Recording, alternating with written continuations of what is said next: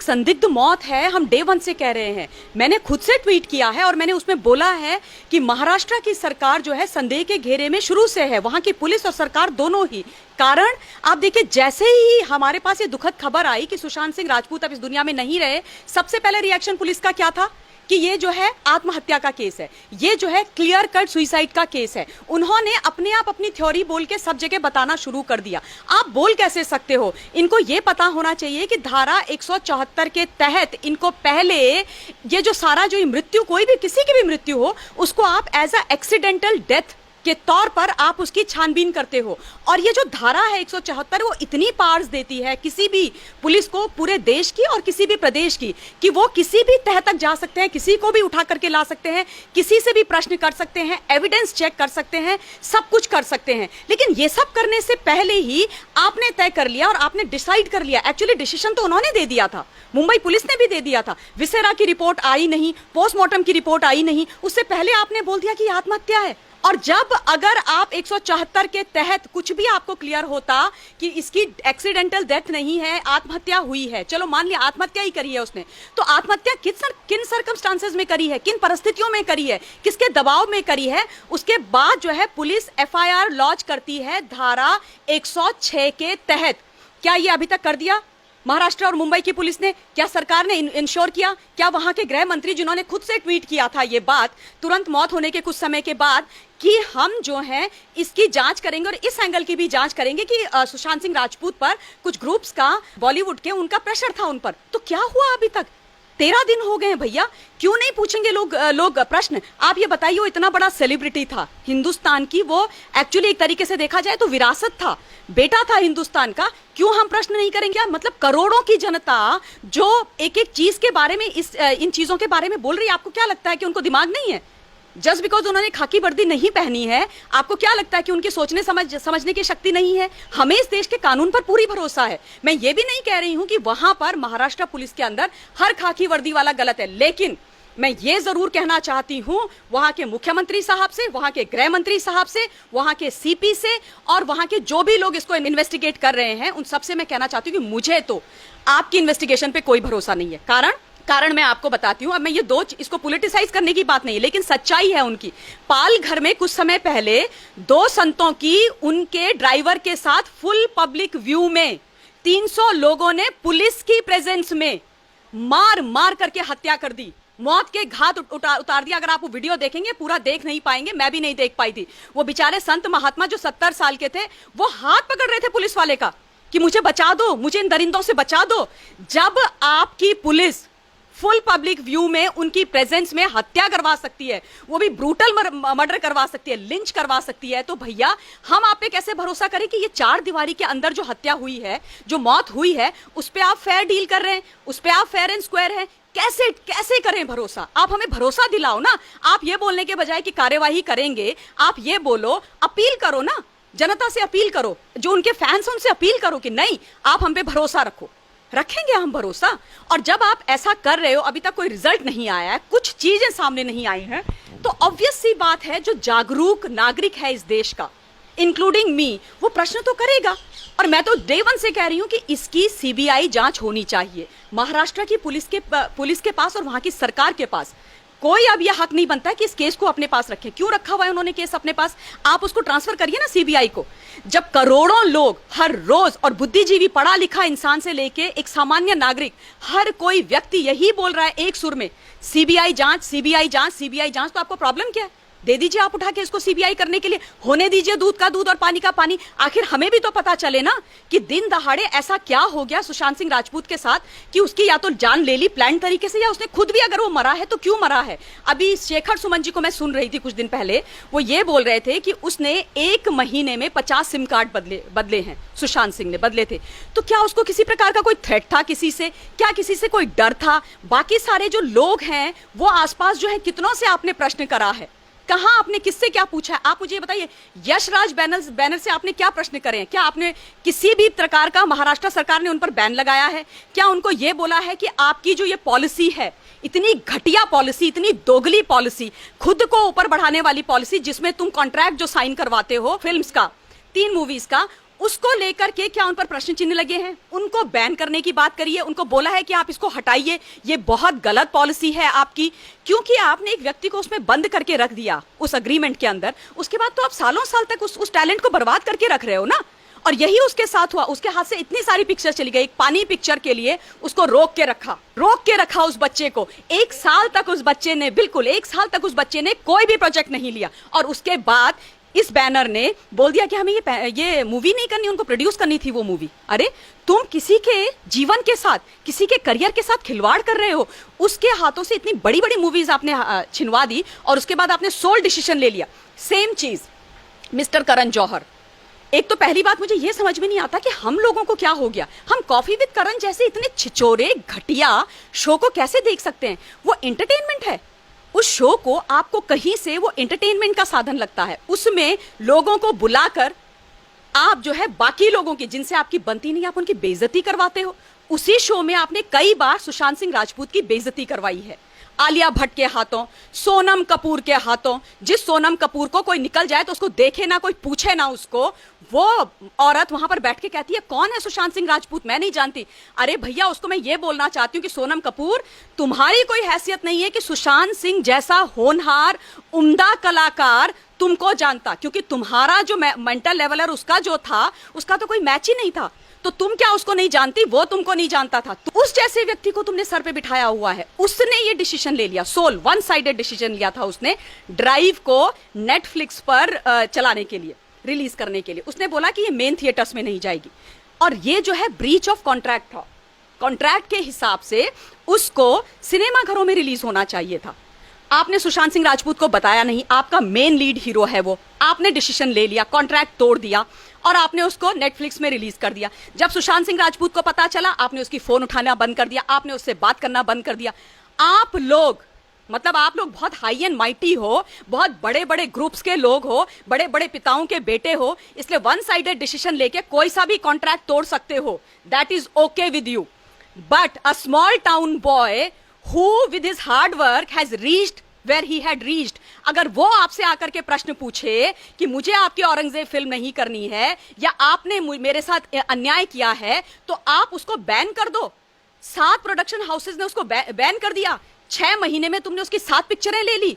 क्या सोच के ले ली? किसने तुमको यह हक दिया है? और मैं फिर से, जो मैंने पिछली बार बोला था, मैं ये अपील फिर से करना चाहती हूँ और बहुत धन्यवाद देना चाहती हूँ सारे आपके व्यूअर्स को कि उन्होंने बहुत सराहा, बहुत अच्छे कमेंट्स किए। बहुत बहुत धन्यवाद सबका। मैं ये चाहती हूँ कि सिर्फ कमेंट और सराहना ही नहीं करनी है, हमको जो हम बोल रहे हैं ना उसको अपने जीवन में क्रियान्वित भी करना है। हमें इन लोगों का, स्टार किड्स का नंबर 1 और ये जो ग्रुप्स हैं, ये जो बड़े ग्रुप्स हैं, इनका बहिष्कार करना पड़ेगा, क्योंकि सुशांत सिंह राजपूत को ये लोग अपने ग्रुप में, अपनी फर्टर्निटी में बोलते थे स्मॉल टाउन बॉय। और मैं एक स्मॉल टाउन लड़की होने और महिला होने के नाते ये कहती हूं कि तुम्हारे और हमारे में वाकई जमीन आसमान का फर्क है। हम रिश्तों को समझते हैं, हम अपनी जुबान की अहमियत समझते हैं, हम मेहनत को समझते हैं, हम जो है इस चीज को समझते हैं कि बड़ों को इज्जत देना और बाकियों को इज्जत देना क्या होता है। तुमको ये बात समझ में नहीं आएगी। इसलिए ये स्मॉल टाउन और बिग टाउन की जो नौटंकी तुमने लगा के रखी है, इसको बंद करो। और अब हमको इनको ये बताना है कि स्मॉल टाउन और छोटे शहरों के लोगों की और आम नागरिक की क्या पार है। तो बैन तो करना ही पड़ेगा, चाहे कुछ भी हो जाए। दूसरी तरफ बॉलीवुड में रहने वाले सेलिब्रिटी जब आत्महत्या की या फिर मौत की खबर सामने आई थी तो बड़ी वो प्यार जता रहे थे और कह रहे थे हम मिले नहीं, या फिर तमाम तरीके की पोस्टें उनकी तरफ से की जा रही थी। पर अब किसी ने भी मांग नहीं की। सिर्फ एक कंगना रनौत निकल के आई है जिन्होंने कहा कि सीबीआई की जांच होनी चाहिए। तमाम तरीके के क्वेश्चन उन्होंने इस बॉलीवुड इंडस्ट्री के सामने खड़े कर दिए, पर इनमें से कोई स्टार सामने नहीं आया कि सीबीआई इंक्वायरी होनी चाहिए, जाँच होनी चाहिए इसकी। बिल्कुल बिल्कुल सही प्रश्न आपने उठाया है और ये सच बात है। इनके मुंह में क्या दही जम गया है? इतना इन्होंने रोना धोना मचा के रखा। RIP SSR, hashtag RIP SSR चला के तुमको लगता है तुम्हारी जिम्मेदारी खत्म हो गई है? आज आप मुझे बता दीजिए, कोई भी अगर ये कहते हैं ग्रुपिज्म नहीं है, नेपोटिज्म नहीं है, तो कोई भी ये बड़े सो कॉल्ड हाई एंड माइटीज आप मुझे दिखा दीजिए जिसने एक बार बोला हो कि नहीं, इसकी जांच सीबीआई से होनी चाहिए। हमें जानना है कि एसएसआर की मृत्यु कैसे हुई, हमें जानना है कि एसएसआर आज हमारे बीच में क्यों नहीं है। अगर तुम इतने पाक साफ हो, अगर तुम इतने सच्चे हो, अगर तुम्हारे अंदर कोई गलती नहीं है, तुम्हारे अंदर कोई दाग नहीं है, तो परेशानी क्या है तुमको बोलने में? एक शेखर सुमन बोलेंगे, एक कंगना रनौत बोलेगी, बोलेगी, बाकी लोग क्यों नहीं बोलेंगे? क्या परेशानी? उसका बेस्ट फ्रेंड। देखिए, मैं फिर से कंस्पिरेसी थ्योरी नहीं कर रही हूं और ना मैं किसी पर यहां पर प्रश्न चिन्ह लगा रही हूं, जो मेरे बिल्कुल नेचर में नहीं है। लेकिन मैं संदीप सिंह उनके फ्रेंड का नाम है, जो पूरे फ्यूनरल के टाइम पे पूरे प्रोसेस में उनके साथ था। मैंने उसकी वीडियो अभी देखी है कुछ दिन पहले, उसका लॉन्ग एक 25 मिनट्स का उसने इंटरव्यू दिया है। उसमें कहीं पर भी उसने एक बार ये नहीं बोला कि मैं सुशांत सिंह राजपूत, मेरा परम मित्र, मेरी जिंदगी, मेरी जान, उसकी सीबीआई से जांच होनी चाहिए, क्योंकि मोर देन पीपल, भाड़ में गई जनता, भाड़ में गए लोग, लेकिन मैं उसका भाई, मैं उसका सच्चा दोस्त, मैं ये चाहता हूं और ये जानने का हक रखता हूं कि सुशांत सिंह राजपूत कैसे मरा, इसलिए सीबीआई की जांच होनी चाहिए। क्यों नहीं बोल सकते? आपका कोई अजीजी और करीब जाता है तो क्या आपका क्या रिएक्शन होता है? आप जाकर के क्या बॉलीवुड के लोगों के साथ खड़े हो जाते हो क्योंकि आपको अपनी करियर की चिंता है? आप जो हो ये बोलना शुरू कर देते हो कि नेपोटिज्म नहीं है। मैं शॉक्ड हो गई सुन के उसकी बात। उसने बोला कि कोई नेपोटिज्म यहां पर नहीं है, कोई ग्रुपिज्म यहां पर नहीं है। तुम कहने की कोशिश क्या कर रहे हो? और ऑब्वियसली तुम संदेह के घेरे में आओगे भाई, ऑब्वियसली तुमसे लोग तो प्रश्न पूछेंगे, तुम पर प्रश्न चिन्ह लगाएंगे। क्यों तुम ये सारी चीजों की मांग नहीं कर रहे हो? अगर तुम सच्चे हो तो करो ना मांग, क्या परेशानी हो रखी है तुमको? तीसरी सबसे जरूरी बात, ये वाली बात जो अभी चली थी और जिसपे मैंने बात भी करी है, कि उसका जो ट्विटर हैंडल और इंस्टाग्राम था, उसमें से फोटोज और उसके कुछ फॉलोवर्स थे, वो डिलीट हुए हैं। आप सोचिए कि ये सारी प्रक्रिया में जब सुशांत सिंह राजपूत की मौत हो गई, उसके बाद उसके जो फोन रहे होंगे, एक या दो, जितने भी फोन, वो तो पुलिस के पास रहे होंगे ना, पुलिस की कस्टडी में। और कौन ऐसा व्यक्ति है, या तो उसकी पुलिस के साथ अच्छी दोस्ती है, या फिर उसको सुशांत सिंह राजपूत के सारे पासवर्ड मालूम है और वो ये सारी चीजें कर रहा है, और कर रहा है या कर रही है। तो क्यों हो रहा है ये सब? क्या ये जानने का हक उन फैंस को नहीं है जिन्होंने सुशांत सिंह राजपूत को अपना प्यार और स्नेह दे करके सुशांत सिंह राजपूत को सुशांत सिंह राजपूत बनाया?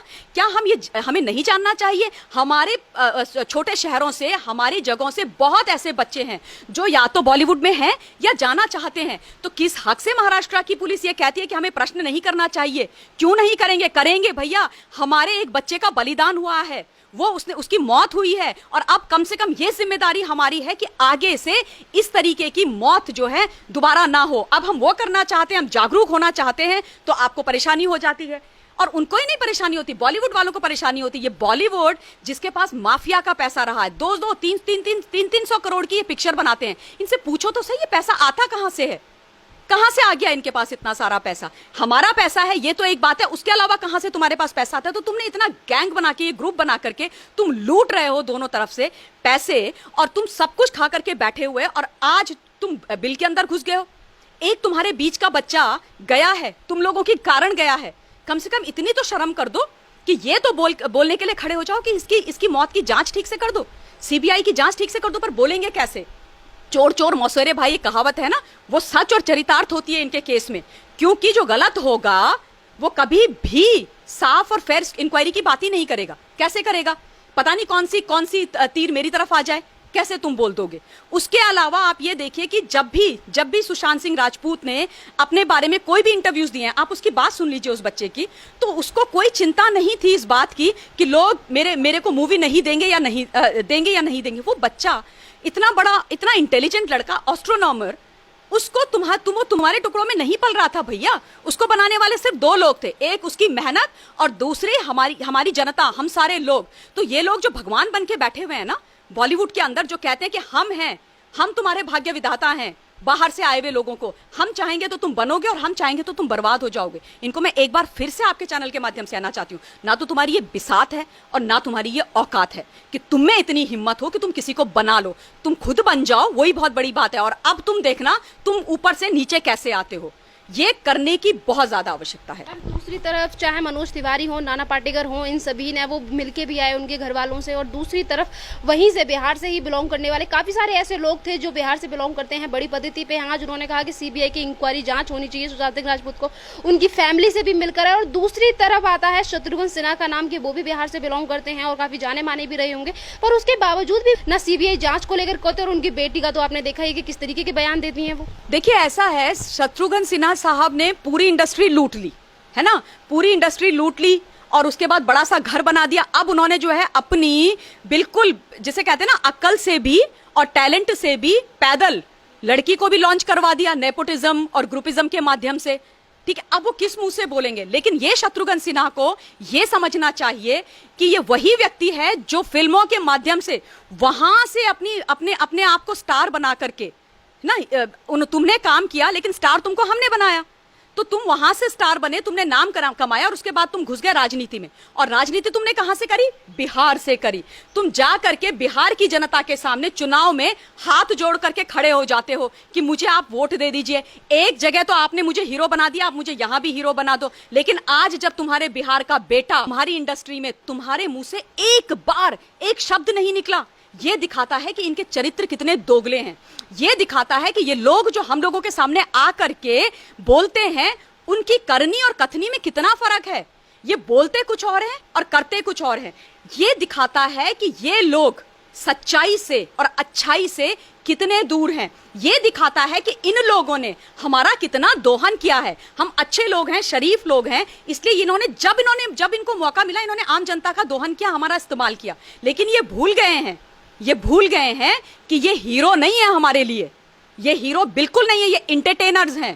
पहली बात तो मैं ये भी निवेदन करूंगी, इनको हीरो बोलना ही बंद कर दो। ये एंटरटेनर्स हैं और इन एंटरटेनर्स को एंटरटेनर्स बनाने वाले हम लोग हैं। और अब ये नहीं है कि केवल मेन स्ट्रीम मीडिया उठाएगी तभी बात उठेगी और चीजें होगी। नहीं भाई, सोशल मीडिया बहुत पावरफुल है, देश की जनता बहुत जागरूक है। तो इनके चेहरों पे जो उन्होंने बड़े बड़े नकाब लगा रखे हैं ना, बड़े हीरोज के, बड़े नेताज के, ये सारे निकलेंगे। तो मिस्टर शत्रुघ्न सिन्हा, अगर आप में थोड़ी सी भी गैरत है और थोड़ी सी भी शर्म है और थोड़ा सा भी आपको ये लगता है कि वो आपके बेटे की उम्र का था और वो बच्चा आपके बिहार का, खैर वो तो सारे हिंदुस्तान का था, लेकिन उनके लिए उनके बिहार का एक शब्द तुम्हारे मुंह से नहीं निकला।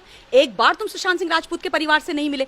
और उसको तो छोड़ो, उनको तो छोड़ो, उनसे कोई भी नहीं मिला। उनके पिता ने ये बात बोली है कि मुझे बॉलीवुड से कोई नहीं मिलने आया, अंकिता लोखंडे के अलावा शायद, और हाँ, नाना पाटेकर जी के अलावा, बाकी और शेखर सुमन उनसे मिलने गए थे। लेकिन मैं बात कर रही हूँ, ये सारे तो हमारे मतलब उस लेवल के हैं नहीं ना, ये ग्रुप वाले लोग नहीं है। लेकिन ये बड़े बड़े दिग्गज महानुभाव, अपने आप को ये समझने वाले कि अगर हमने उंगली हिला दी तो बॉलीवुड हिल जाएगा, वो लोग एक बार उन्होंने एक फोन किया, बात करी, मिलने गए, फ्यूनरल तक में नहीं गए। ये क्या बात करते हैं?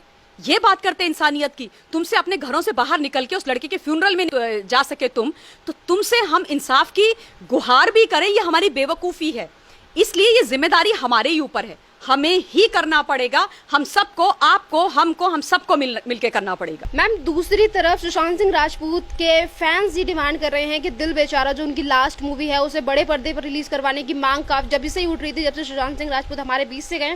पर उसके बावजूद भी सुशांत सिंह राजपूत की मूवी को OTT प्लेटफॉर्म पर रिलीज करना और उसी के साथ आने वाली और भी मूवी वो बड़े पर्दों पर रिलीज हो रही है, बिल्कुल अन्याय है, बिल्कुल गलत है, बिल्कुल अनफेयर है। एक व्यक्ति जिसकी अभी तक हमें ये नहीं पता कि मौत कैसे हुई है, संदिग्ध परिस्थितियों में उसकी मौत हुई है, अभी हमें ये पता नहीं है उसकी मृत्यु कैसे हुई है। बजाय इसके कि आप ये पता करेंगे वो बच्चा मरा कैसे, वो इस दुनिया से गया कैसे, आपने अपना फिर से पैसा कमाने का धंधा स्टार्ट कर दिया है। आपको ये चिंता है कि आपकी पिक्चर जो है समय पर रिलीज हो जाए और आपका अपना पैसा बन जाए। बिल्कुल, मैं भी इस बात का विरोध करती हूँ, बिल्कुल विरोध करती हूँ, नहीं होना चाहिए। आखिरी मूवी सुशांत सिंह राजपूत की है, बड़े पर्दे पर पूरे सम्मान और पूरी इज्जत के साथ, जो वो डिजर्व करता है और जो उसने खुद कमाई है, इन्होंने दी नहीं है, उसने खुद कमाई है, वो उसको उसी तरीके से रिलीज होना चाहिए, चाहे कितना भी डिले हो जाए, कोई फर्क नहीं पड़ता है। जब भी कोविड होने के बाद, जब भी सिनेमा हॉल्स खुले, जब भी नॉर्मलसी आए इस देश में, उसी वक्त होगी, वेट करना पड़ेगा, हमें कोई फर्क नहीं पड़ता है और पढ़ना भी नहीं चाहिए उसके फैंस को भी और इस देश की जनता को भी। तुम्हारा पैसा डूबे, खड्डे में जाए, मुझे कोई फर्क नहीं पड़ता इस बात से। मुझे इस बात से फर्क पड़ता है कि सुशांत सिंह राजपूत की आखिरी पिक्चर को पूरी सम्मान के साथ बड़े पर्दे पर ही तुम्हें रिलीज करना पड़ेगा, और तुम नहीं करोगे तो फिर से मैं लोगों से हाथ जोड़ के अनुरोध करती हूं, बहिष्कार कर देना इस पिक्चर का। एक भी जना इस पिक्चर को ना देखे, ताकि ये जो डायरेक्टर प्रोड्यूसर हैं, इनके जो है ना, दिन में इनको तारे दिखाई दें और इनकी अकल 2 मिनट के अंदर ठिकाने आ जाए।